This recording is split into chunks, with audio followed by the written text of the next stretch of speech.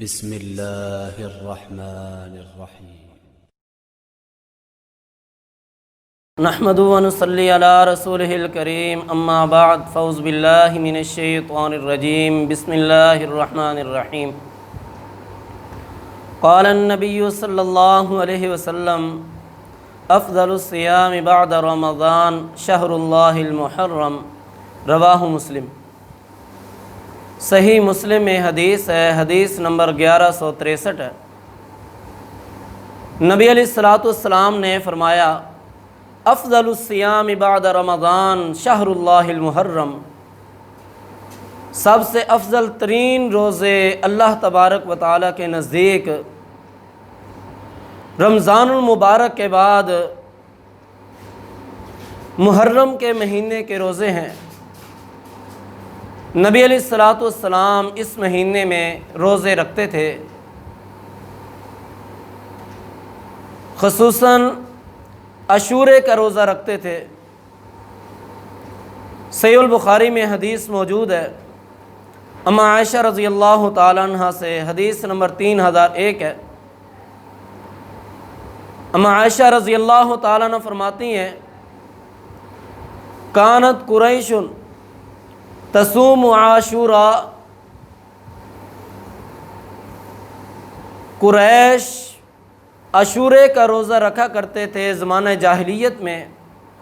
وکان رسول اللہ صلی اللہ علیہ وسلم یصوم، اور اللہ کے نبی صلی اللہ علیہ وسلم بھی روزہ رکھتے تھے۔ فلما ہاجر الی المدینہ، جب نبی علیہ السلام مکہ سے ہجرت کر کے مدینہ کی طرف آ گئے، سامہ، پھر نبی علیہ السلام نے روزہ رکھا، وامر بصیامہ، اور اس عاشورے کے روزے رکھنے کا حکم نبی علیہ السلام نے صحابہ اکرام کو بھی دیا، صحابہ اکرام کو ترغیب بھی دلائی۔ فلما فرض شہر رمضان، جب رمضان المبارک کے مہینے کے روزے فرض ہو گئے، پھر نبی علیہ السلام نے فرمایا: من شاء صامہ ومن شاء ترک، تم میں سے جو شخص چاہے اس مہینے کے روزے رکھ لے، جو چاہے اس روزے چھوڑ دے۔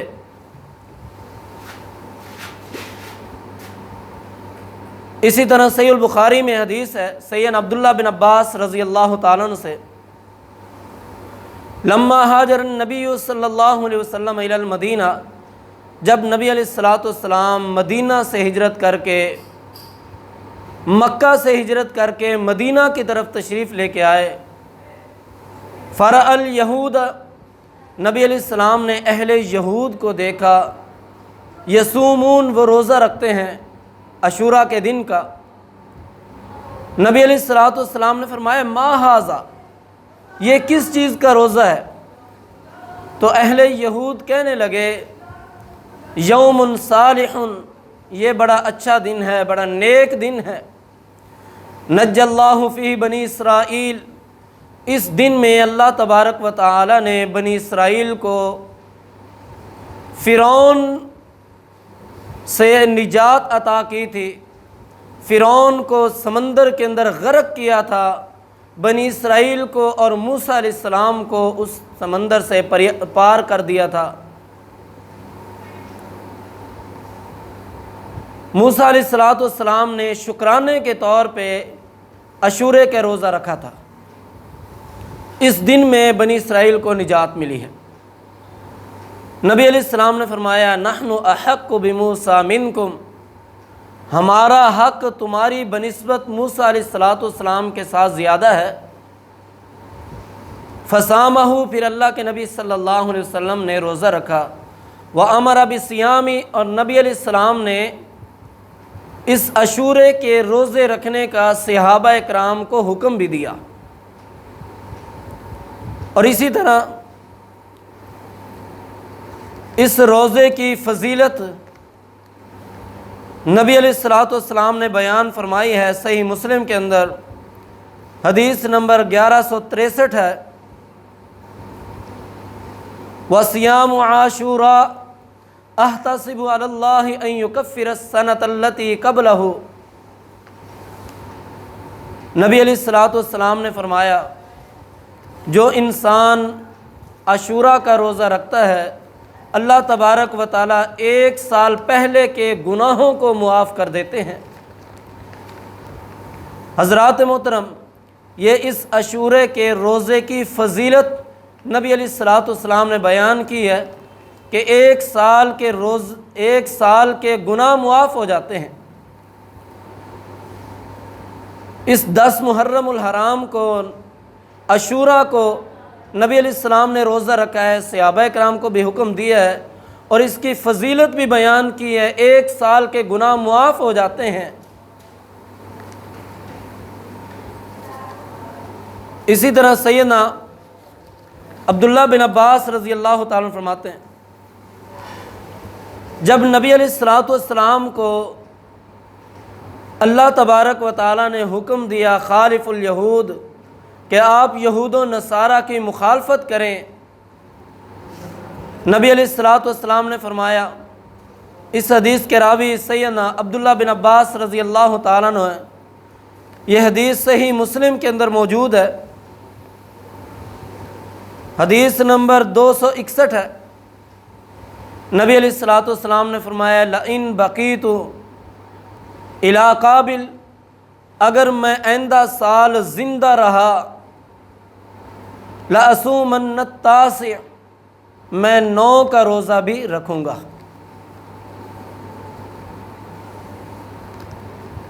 سیدنا عبداللہ بن عباس رضی اللہ تعالیٰ عنہ فرماتے ہیں، آئندہ سال آنے سے پہلے اللہ کے نبی صلی اللہ علیہ وسلم وفات پا گئے تھے۔ اب نبی علیہ الصلوۃ والسلام نے پہلا روزہ رکھا ہے، 10 محرم الحرام کا روزہ رکھا ہے، اس کی فضیلت کی وجہ سے 9 کا روزہ اس لیے رکھنے کی خواہش کا اظہار کیا تاکہ یہودیوں کی مخالفت ہو جائے۔ اب ان حدیثوں سے معلوم ہوتا ہے کہ 9 اور 10 محرم الحرام کا روزہ رکھنا چاہیے، 2 روزے رکھنے چاہیے۔ اسی طرح سیدنا عبداللہ بن عباس رضی اللہ تعالیٰ عنہ جو اس حدیث کے راوی ہیں، ان کا فتویٰ، ان کا قول بھی یہی ہے، مصنف عبد الرزاق میں، سنن الکبریٰ بہقی کے اندر بھی موجود ہے، اسنادہ صحیح کہا گیا ہے، اس کی سند بھی ٹھیک ہے۔ سیدنا عبداللہ بن عباس رضی اللہ تعالیٰ عنہ فرماتے ہیں، خالف الیہود، یہودیوں کی مخالفت کرنی ہے، وصوم التاسع والعاشر، 9 اور 10 محرم الحرام کا روزہ رکھنا ہے۔ جب ہم 9 اور 10 کا روزہ رکھیں گے، ہمیں 10 کے روزے کی فضیلت بھی مل جائے گی، 1 سال کے گناہ بھی معاف ہو جائیں گے اور یہودیوں کی مخالفت بھی ہو جائے گی۔ اسی طرح سیدنا عبداللہ بن عباس رضی اللہ تعالیٰ عنہ کا ایک اور بھی فرمان موجود ہے۔ سیدنا عبداللہ بن عباس رضی اللہ تعالیٰ عنہ فرماتے ہیں، یہ حدیث مسند احمد میں موجود ہے، صوموا یوم عاشوراء، تم عاشوراء کا روزہ رکھو، وخالفوا فیہ الیہود، اور اس میں یہودیوں کی مخالفت کرو، وصوموا قبلہ یوما او بعدہ یوما، 1 دن پہلے کا روزہ رکھ لو، یعنی 9 کا روزہ اور 10 کا رکھو، یا اگر کوئی انسان 9 کا روزہ نہیں رکھ سکا وہ 10 محرم کا روزہ رکھے اور 11 کا ساتھ رکھ لے تاکہ یہودیوں کی مخالفت ہو جائے۔ عزیز ساتھیو، نبی علیہ الصلوۃ والسلام نے اس 10 محرم کے روزے کی فضیلت بیان کی ہے، 1 سال کے گناہ معاف ہو جاتے ہیں۔ نبی علیہ السلام نے یہ روزہ رکھا ہے، صحابہ کرام نے یہ روزہ رکھا ہے، اللہ کے نبی کی سنت ہے 10 محرم کو روزہ رکھنا۔ آج جب ہم اپنے معاشرے کے اندر نظر دوڑاتے ہیں، ہماری حالت کیا ہے؟ ہمارے مسلمانوں کی حالت کیا ہے؟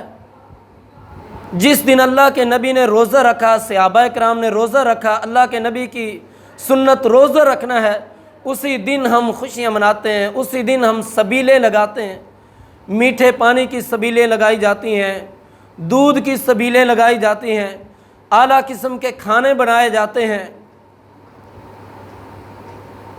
اور اس 10 محرم کو بے شمار بدعات کی جاتی ہیں جن کا اسلام کے ساتھ کوئی تعلق نہیں۔ اسی 10 محرم الحرام کو قبروں کی لپائی کی جاتی ہے،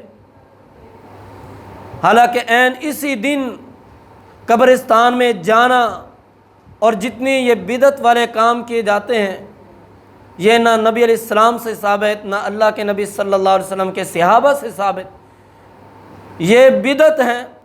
وَكُلُّ بِدْعَةٍ ضَلَالَةٍ وَكُلُّ ضَلَالَةٍ فِي النَّارِ۔